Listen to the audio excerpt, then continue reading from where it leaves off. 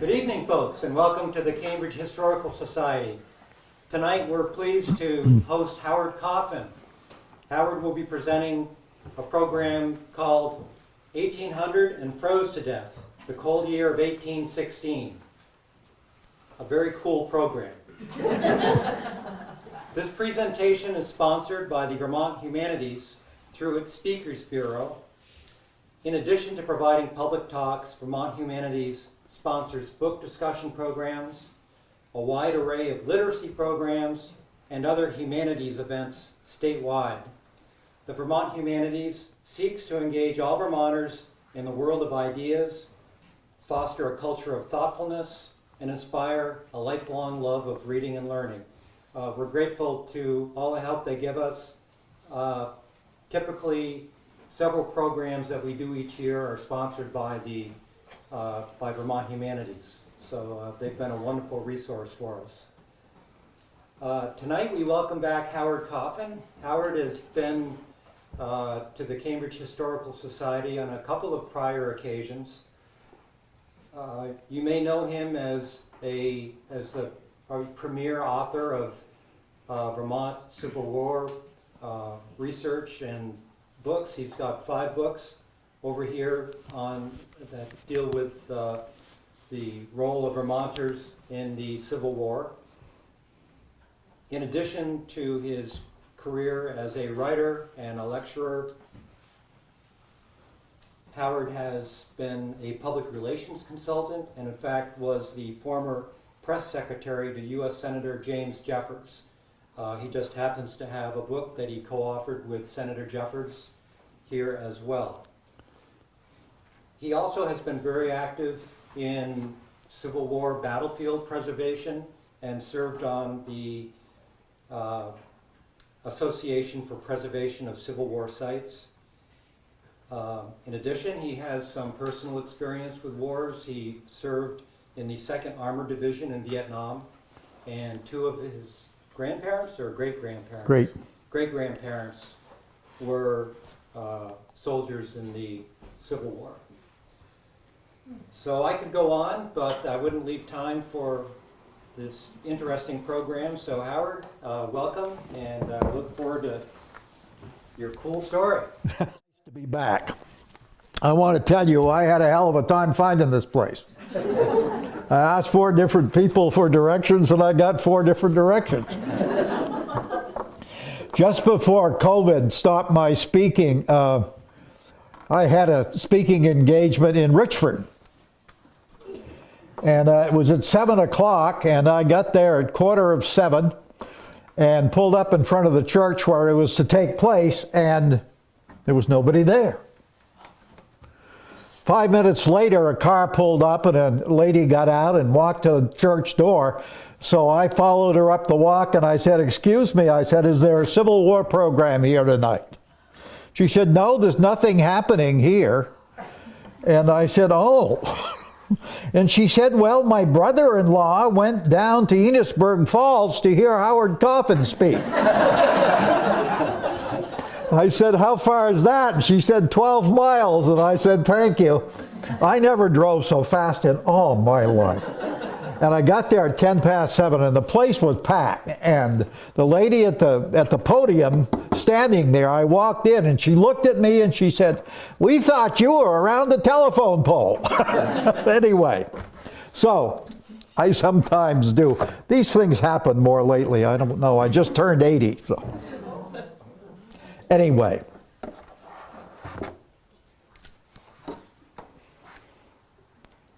Strange night to talk about cold weather, isn't it? Lore of the mountains, the hills, the deep ravines, the deep lake, Vermont lore. I grew up hearing Vermont lore on the back edge of the age before television.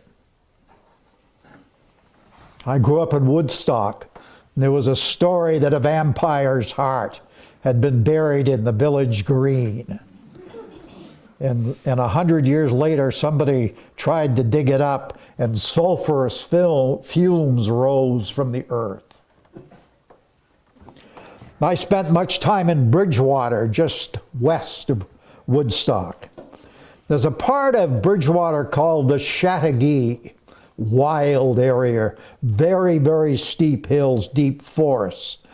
Oh, there are old gold mines there. I crawled in and out of them. There was a gold rush there in 1858. There's all kinds of stories about big cats that prowl. One night I intended to spend the night in a cabin up there all by myself, and I heard the damnedest scream I've ever heard in my life. I did not spend the night. I had a magical uncle who lived in the Chateauguay. He could do amazing things. If somebody lost a gold ring or something, he'd get out his dowsing rod and find it. He would inhale from a cigarette and the smoke would come out his ears.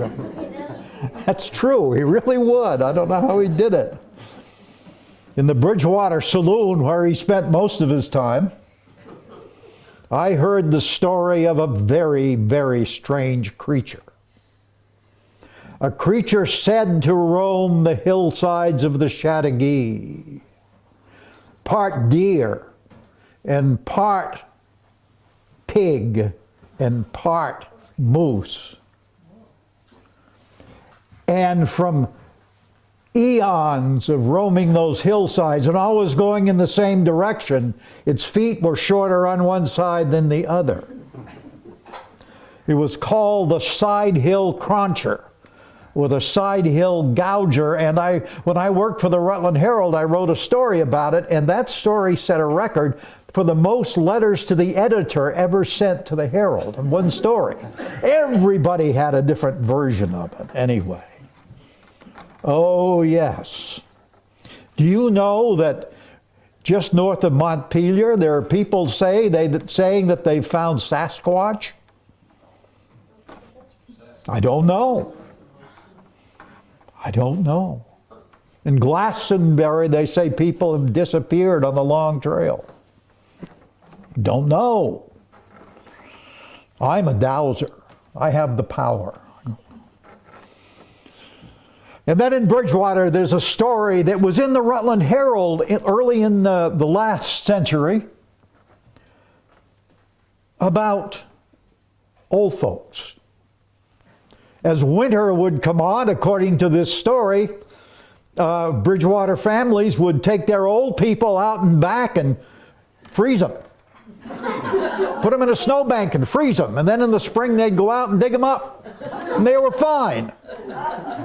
So they didn't have to feed them through the winter. I don't know. I don't know. Not all tall tales are fables, you know, and most rumors have a basis in fact, I learned when I was a reporter. And then there is 1800 and froze to death. True lore. But first, here goes the old military historian.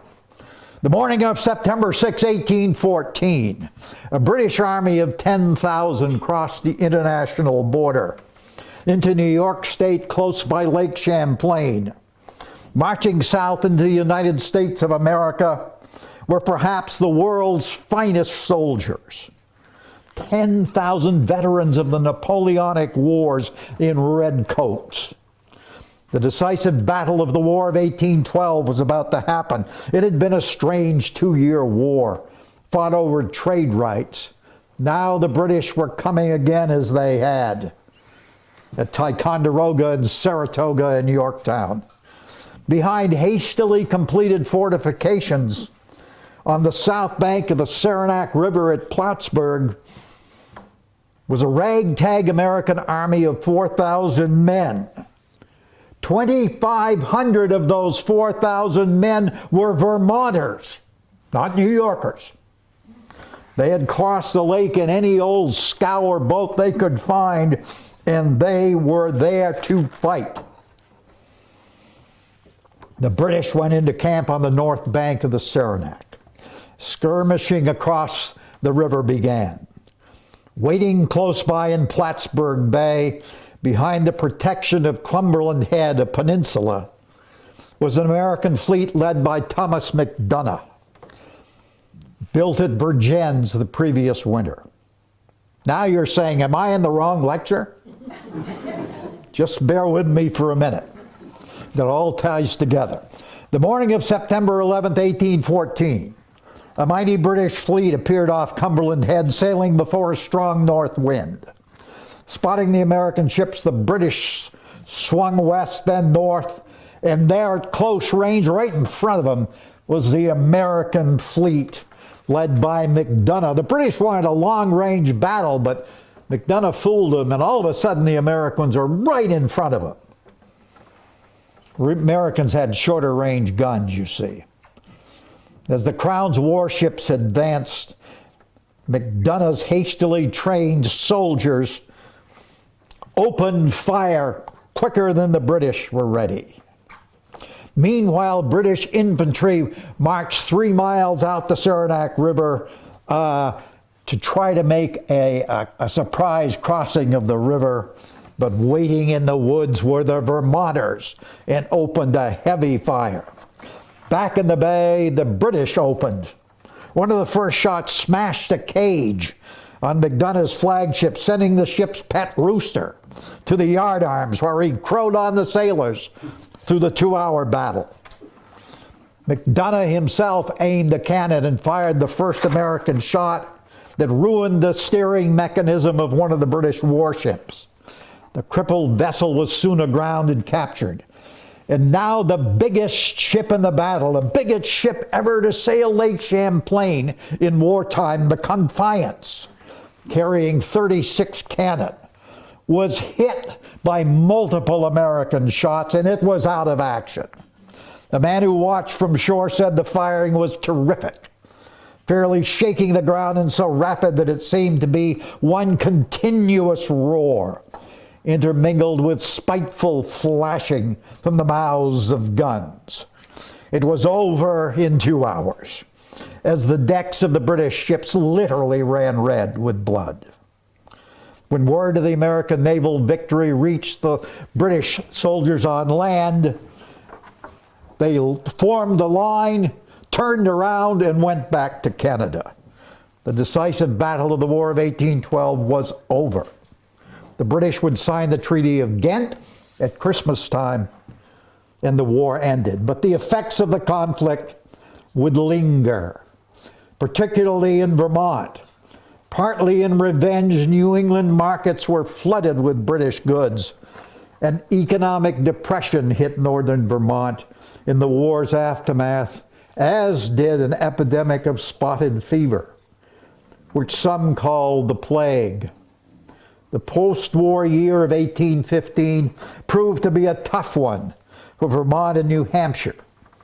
And that autumn brought unusually cold weather through the 1815-16 winter, although that it proved rather mild. My grandmother, Bertha Minerva Metcalf Coffin, grew up on a hill farm in Pomfret, Vermont. And she used to tell me, she used to tell me about the cold. She'd mention the coldest winter. On a chill morning in the winter, she'd say, feels like 1800 and froze to death. I never really knew what she meant. She was a lady who didn't just badger with questions. But I did find out. So came 1816, a year forever recalled in Vermont history, indeed in the history of the world. A trying time of cold and darkness was coming to the struggling people of Vermont and to much of the planet. According to a wonderful book by Nicholas and William Klingemann, The Year Without a Summer, the 500 years that preceded 1800 were part of a period of global cooling known as the Little Ice Age. New England had for centuries from time to time experienced very late and very early frosts. As the 1800s began, speculation on possible causes of the chill weather included an unusual number of sunspots. Also, suspicion turned to the presence on many barns of new and ingenious devices, something called lightning rods. Were they causing the strange weather? Benjamin Franklin. Beginning in 1809, several major volcanic eruptions had occurred in the South Pacific. In 1812, two mountains exploded in the Indian Ocean. In 1814, one let loose in the Philippines. Then came April 5th, 1815. On that fateful day, a sizable mountain in the Indonesian archipelago blew its top. Mount Tambora on the island of Sumbawa in the Dutch East Indies, now known as Indonesia. A series of eruptions sent ash 25 miles upward. People 800 miles distant heard the blast. Estimates of the number of people killed near the eruption reached 15,000. Another 80,000 perished in the next 12 months from disease and starvation in that area.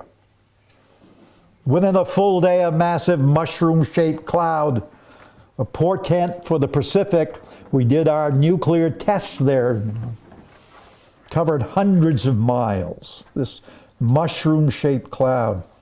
Later research put the power of the Tambora eruption at 100 times Mount St. Helens. Whoa. Glenn Darcy Wood, a University of Illinois climate change researcher, published a magnificent article, 1816, the Year Without a Summer, a study of the worldwide effects of Tambora. She said that the entire East Indian region was plunged into darkness and that the global history of that event is dizzying in scale and difficult to articulate. The volcanic cloud contained millions of tons of ash. As an historian friend of mine, Larry Coffin, who's a distant cousin, said, a great aerosol and ash cloud was suspended in the atmosphere and it began to move around the world, reflecting sunlight, causing cooler temperatures and above normal weather. Within weeks, spectacular sunsets were seen in Europe and New England. In September 1815, when snow fell, it had a brown and red tinge, even in Vermont. As I said, the winter of 1815-16 was a mild one, though by long ago standards. Winters have changed.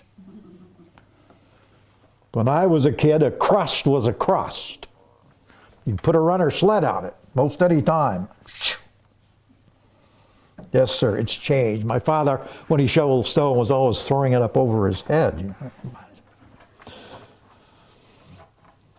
Much of the snow had disappeared by early March 1816. Late April produced a heat wave. This 1816. The estimable Vermont historian Abby Maria Hemingway wrote that this all brought on expectations of a fruitful season and an abundant harvest. In late April, some Vermont farmers began putting in crops as temperatures reached the 80s. Certainly I learned, spending a lot of time on my grandfather's farm when I was a kid, you never plant until Memorial Day. Any of you heard that one? Sure. I mean, it was a standard in Vermont. The mildness continued into early June, but only until the 6th. That night, a blizzard struck. Throughout Vermont, snow and sometimes hail fell. Snow totals reached 12 inches with drifts up to 3 feet. In St. Johnsbury, Jacob Ide recorded, frost and ice were as common as buttercups usually were. Some sheep that had just been shorn froze to death. Birds who could find no shelter also perished. In Stowe, it recorded that the farmers turned their cattle into the forest where they found underbrush and leaves to subsist on. June 7th, James Winchester near Craftsbury said that his uncle set out in the storm for the sheep lot saying, "If I am not back in an hour, call the neighbors and start them after me. June is a bad month to get buried in the snow." 3 days later, searchers found the family sheep safe under a pine bough shelter the uncle had built. They found the uncle a mile away, headed in the wrong direction, barely alive in the snow, but he survived. The North Star newspaper in Danville said, snow 20 inches on June 8th, water froze an inch thick. It summed up the first half of June.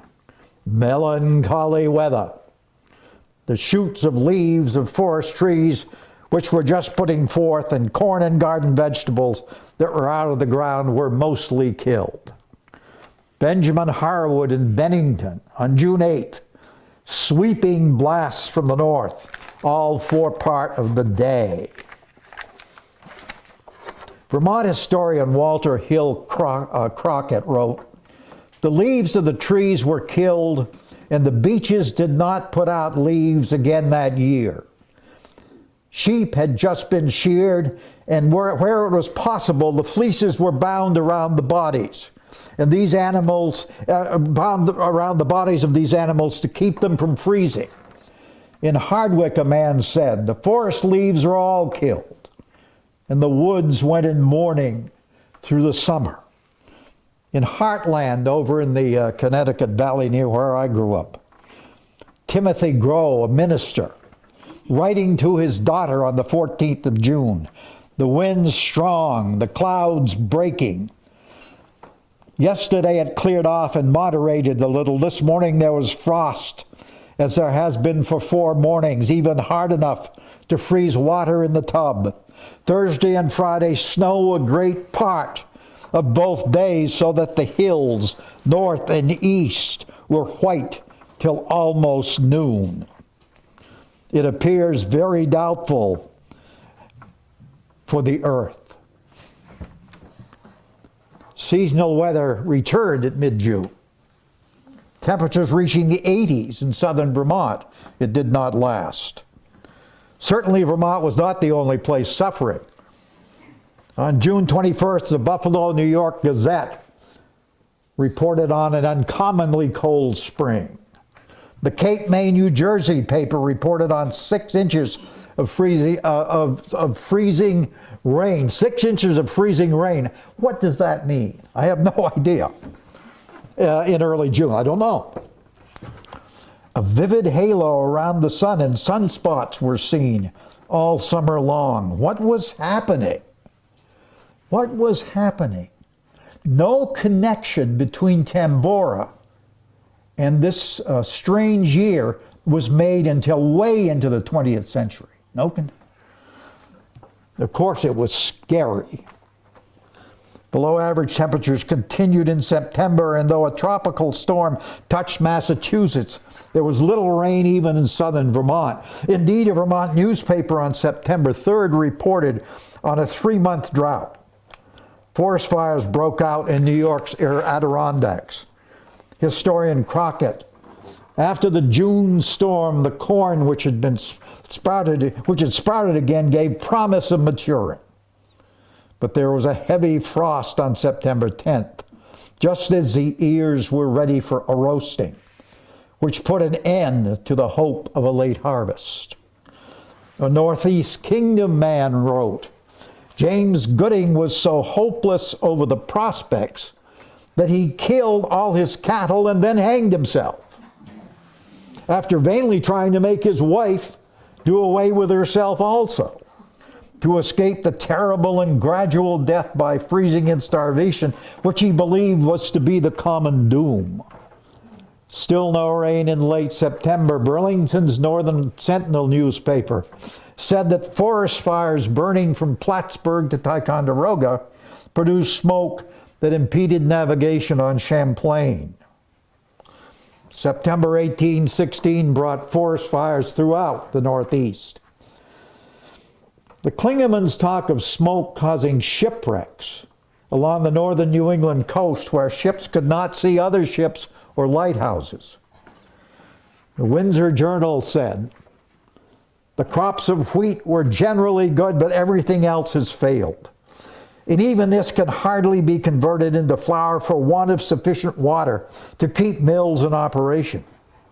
In short, we are something like the soldier who had no allowance and no kettle to cook it in." A history of Wethersfield in southeastern Vermont said, "In the vast fields along the Connecticut, William Jarvis kept huge bonfires going during the worst times and saved part of his crops. The southwestern part of town, in the area known as Kendrick's Corners, was spared some of the frosty nights, and matured a fair crop of corn. It is to the credit of Jarvis and the farmers of Kendrick's Corners that they did not take advantage of their neighbors. They sold their corn in small lots at a fair price." And the history noted, drawing a parallel to the Old Testament story of Joseph, sending his brothers into Egypt to buy corn during a famine, the Kendrick's Corner area became known as Little Egypt, still called that. In Fairfield, not far from here, Nathan Foster had recently bought a farm in town. He had partially cleared some land, got the trees down, though the stumps still stood. And he had planted corn among the stumps. As the cold weather came on in the summer of 1816, he got the idea of setting fire to the stumps to warm the ground. And it worked. He said no to speculators offering a high price for his corn and sold it cheaply to local people. They took to calling his farm Egypt. Some places seemed immune to the deep cold. In Pittsford, Deacon Calvin Drury's Hilltop Farm was such a place. He harvested enough corn to provide seed corn for the town for the following year. Locals believed the concentration of winds on the hilltop made the difference. The place is still known today as Corn Hill. Incidentally, legend holds that several Pittsford people in different places and at different times that year saw in the sky a bearded man riding a white horse, shouting, "Famine!" Hey, that's weird. Lord. In the upper Connecticut Valley, the year 1816 became known as the mackerel year. Fish were transported from the seacoast to replace the regular pork supply cut by the scarcity of feed. Fortunately, heavier than usual runs of fish came up the Missisquoi River from Lake Champlain to Swanton. Large seines were put out and operated night and day as people came for miles to trade for fish, many bringing maple products. In Richford on the Canadian border, the town historian said, "The cold season of 1816 nearly desolated the town, very few inhabitants remaining, and they nearly starved for want of bread. Not an ear of corn fit to eat was raised in town." Vermonters cooked hedgehogs and boiled nettles as staples of their diet along with wild turnip. I never ate a hedgehog, but I did once eat a coon cooked in cheese. I threw up. It was at a public hunting supper. I just got outdoors in time. God. Pittsford people survived partly on ground birch bark that they substituted for cornmeal. An account in Teignmouth's history stated that for the first time, people actually enjoyed oatmeal. And in Teignmouth, some mills owned by Judge Nathaniel Chipman collected all the pumpkins and corn that could be found and ground them into meal, which was given to those who most needed it. In summing up 1816, Walter Cronkite wrote, There was little suffering, but little, if any, starvation. Excuse me, there was great suffering, but little, if any, starvation. As a rule, people helped each other generously, dividing the little they possessed with others less fortunate. A Coventry family reduced to half a loaf of bread divided this meager supply with a neighbor. Many sheep and cattle perished owing to the failure of the hay crop. The weather moved some Vermonters to verse. Here's just a sample of one poem. I don't know who wrote it. If God withholds his milder rays and sends us frosts and chilling days, e'en snow as late as 8th of June that nips the fruit in early blooms, shall we be frightened by such things? No, rather frightened at our sins. Oh, you see. God is coming into play here, you see. The catastrophe of 1816 surely was the most important meteorological event of the 19th century.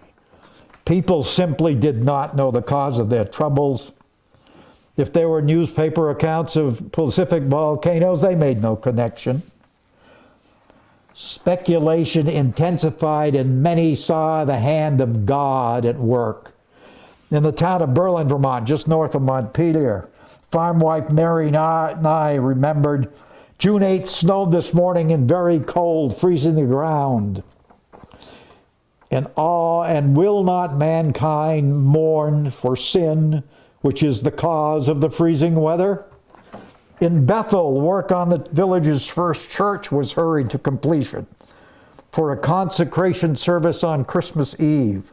Was God angry? Let's give him a new church for the birthday of his son. And a new church was moving to completion at the head of Church Street in Burlington. Local farmers with few crops to work signed up to help with the work on the church. The Vermont History, Freedom and Unity said, religious enthusiasm declined during 1812 in the war years, but a new revivalistic surge commenced in 1816.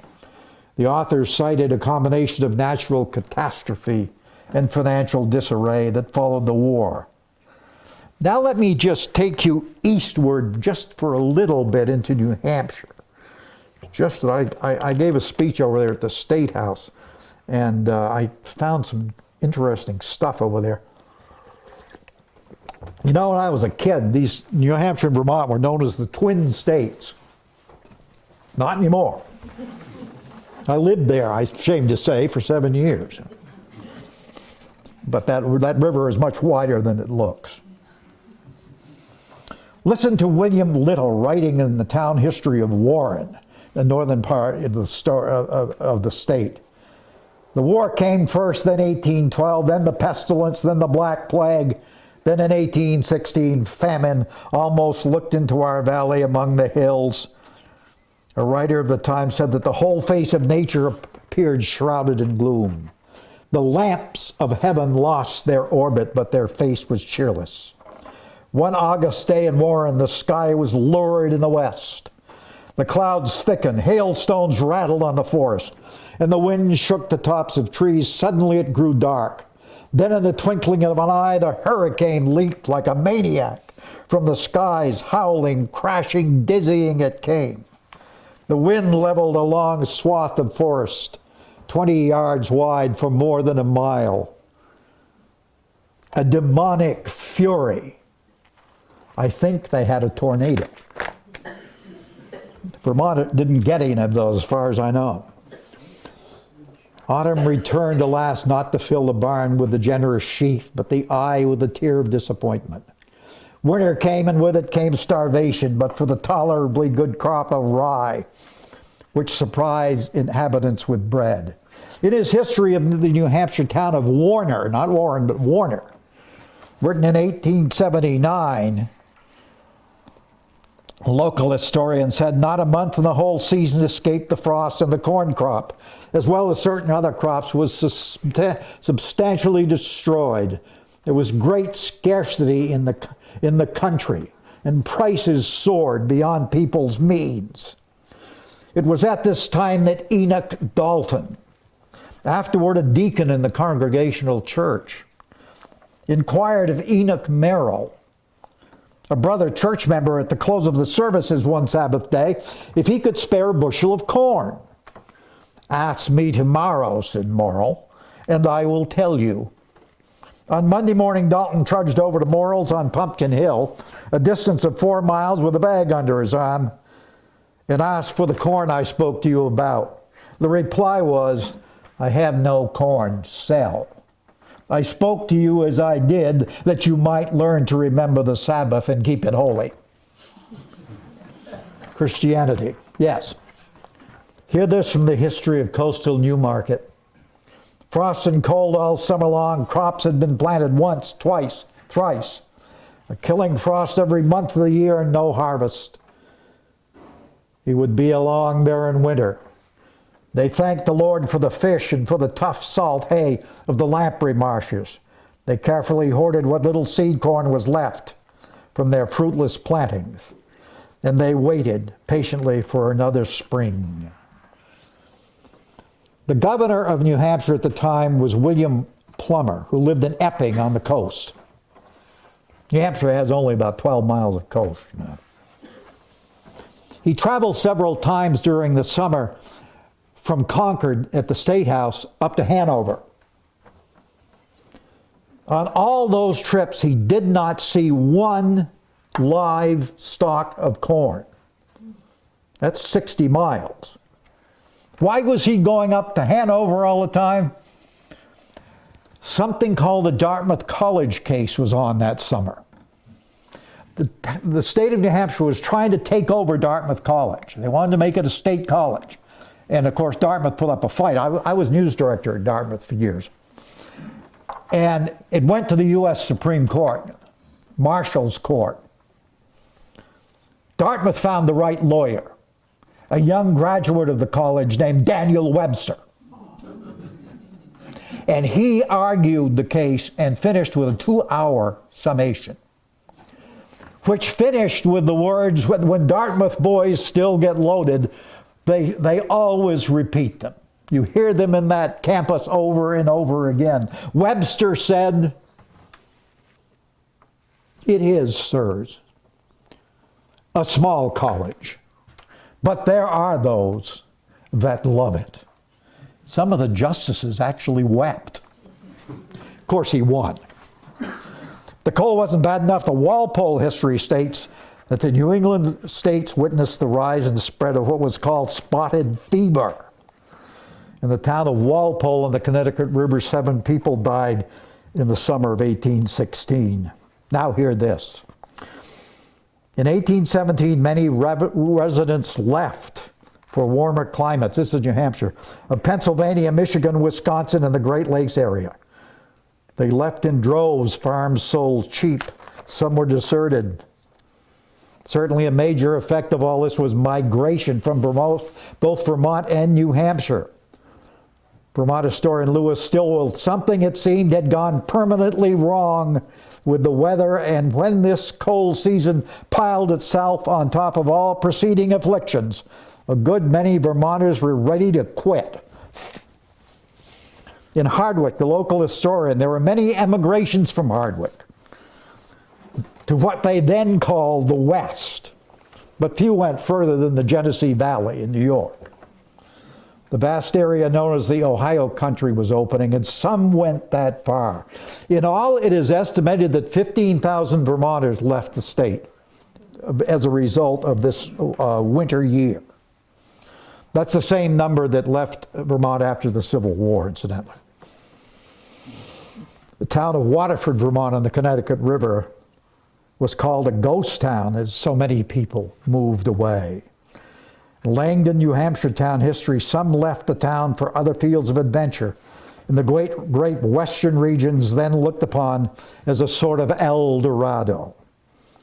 A Hartford, Connecticut businessman wrote in his diary that he watched all day for several days out of his office window as a steady stream of farmers went by heading west. At Monticello in Virginia, an aging Thomas Jefferson was driven further into debt by a bad crop year.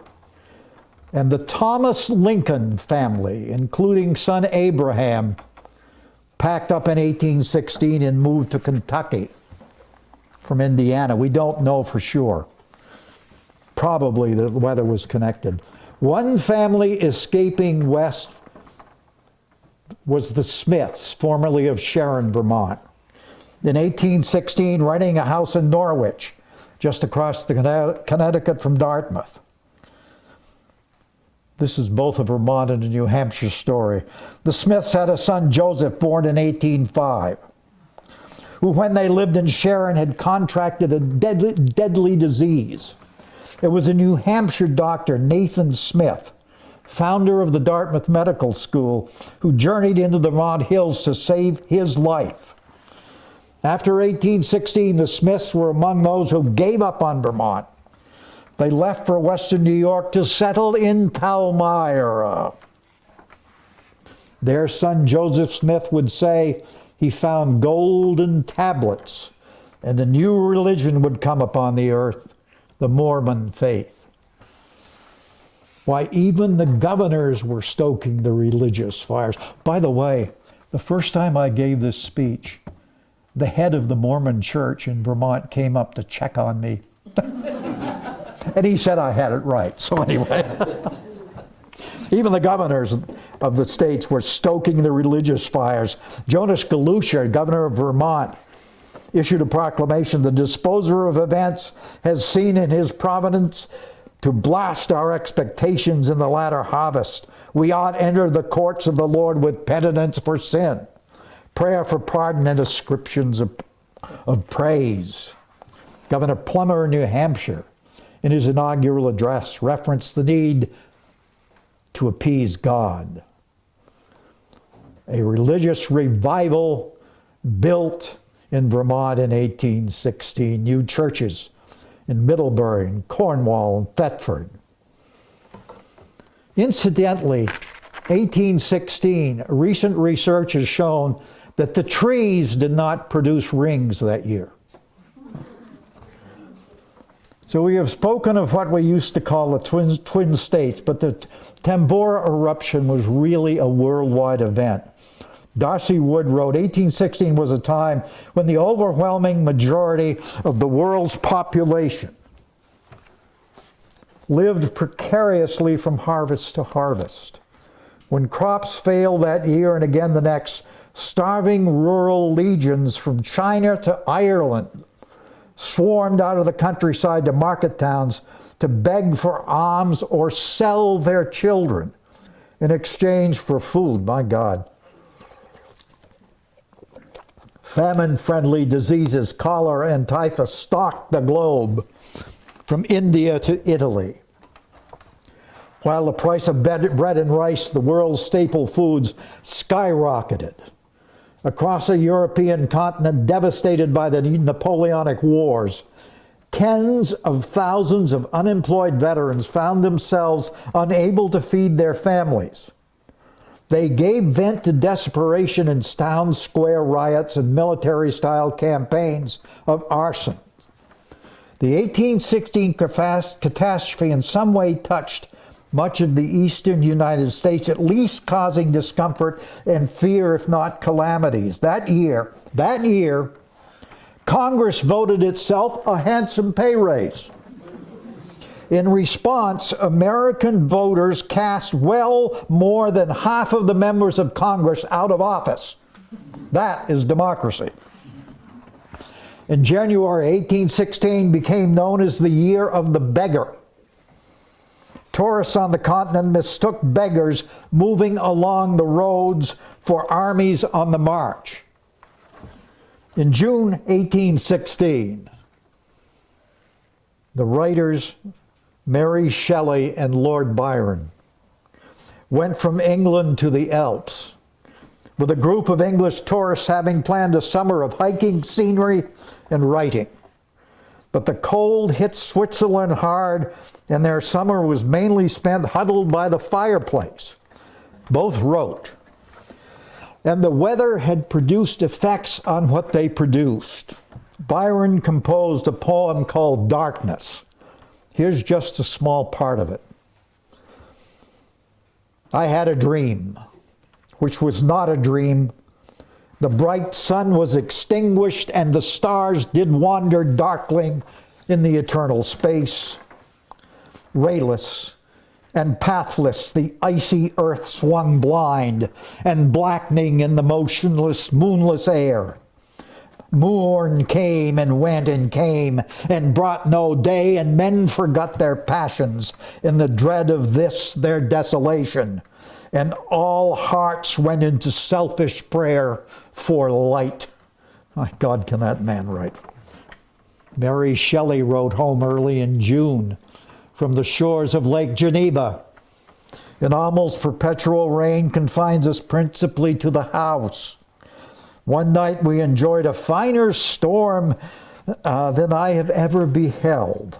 The lake was lit up, the pines of Jura made visible, and all the scene illuminated for an instant, when a pitchy blackness succeeded and the thunder came in frightful bursts over our heads amid the blackness.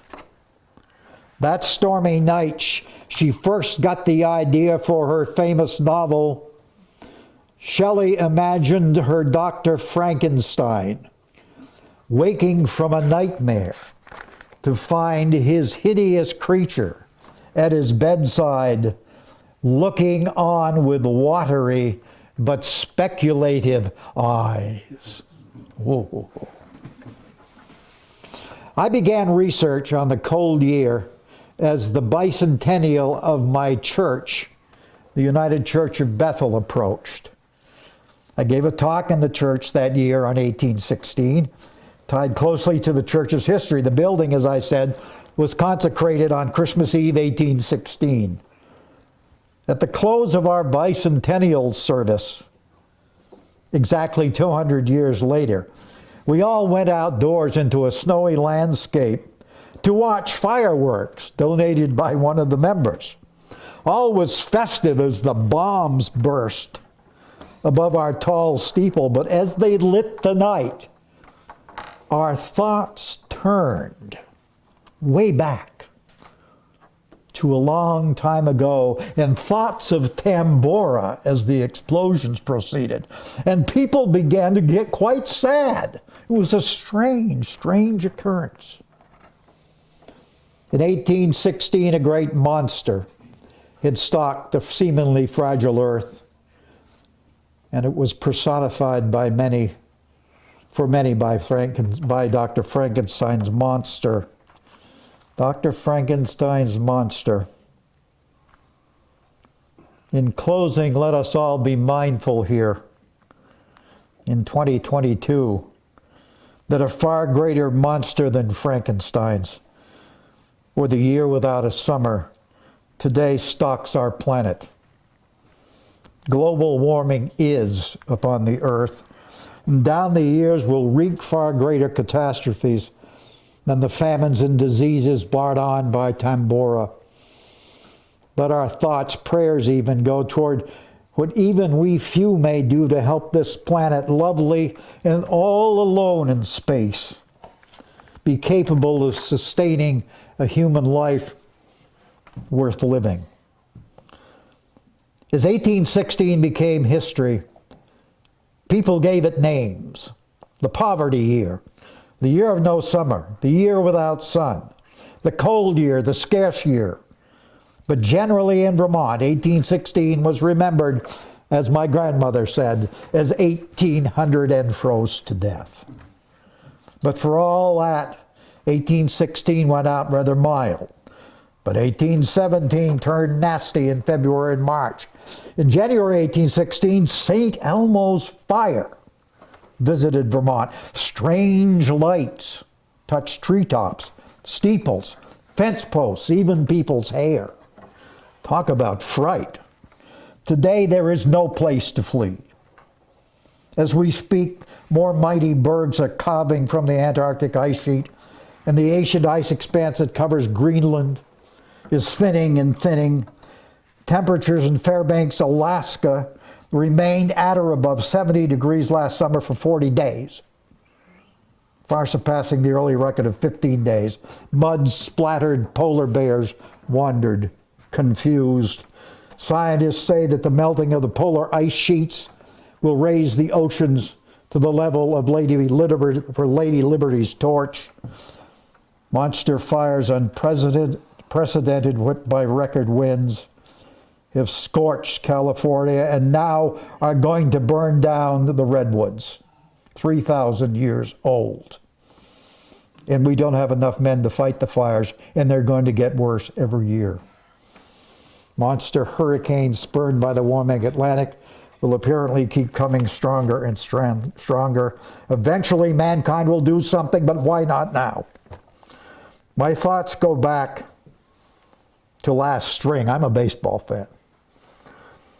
Another season was beginning. I was walking through Montpelier on an ideal April day when I saw a bumper sticker that turned my thoughts to climate change. Here are its foreboding words: nature bats last. I will close with the final lines of Lord Byron's mighty poem, Darkness. As he tried to perceive an end of the world brought about by a great change in climate. Lord Byron. The rivers, lakes, and ocean all stood still, and nothing stirred within their silent depths. Ships, sailorless, lay rotting on the sea, and their masts fell down piecemeal. As they drooped, they slept on the abyss without a surge. The waves were dead. The tides were in their grave. The moon, their mistress, had expired before. The winds were withered in the stagnant air, and the clouds perished. Darkness had no need of aid from them. She was the universe. Lore, this world shall soon see. Godspeed. Thanks for listening.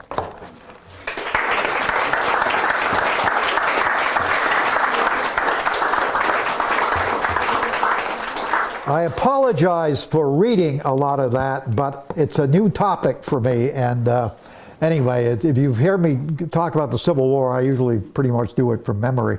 I would be happy to try to answer questions, although I will tell you something. My knowledge on this subject is about this deep, and you've probably heard most of what I know, but fire away if you want to. And we are recording this, and in order for your questions to be audible on the recording, we need to have you speak into this mic, which has got a wireless connection to the recorder. So if you have a question, just raise your hand, I'll come over and give you the mic, and we'll take it from there. It doesn't amplify your voice, it just sends it to the recording. Any questions? Well, I don't blame you. It's a beautiful night. Oh, way back there, this one, yes.